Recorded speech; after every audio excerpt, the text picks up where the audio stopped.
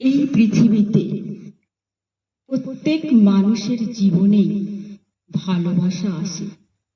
এমন অনেক মানুষ আছে যারা আজও তার ভালোবাসার কথা, তার মনের কথা তার প্রিয় মানুষটিকে বলতে পারেনি। আজ সেই রকমই একটি কবিতা শোনাবো।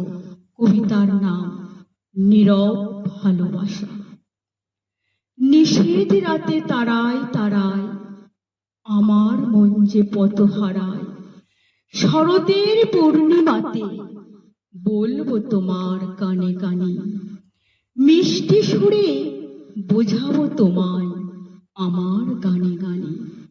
সারাটি জীবন ধরে ভেবেছিলাম মনে, খেলাঘর বাঁধবো আমি শুধু তোমারই শনে। ক্ষণে ক্ষণে আসি তোমার কাছে বসি, তুমি কি জানো না এ জীবন মাঝে আমি কি চেয়েছি? তুমি কি বোঝো না আমি তোমারে ভালোবেসেছি?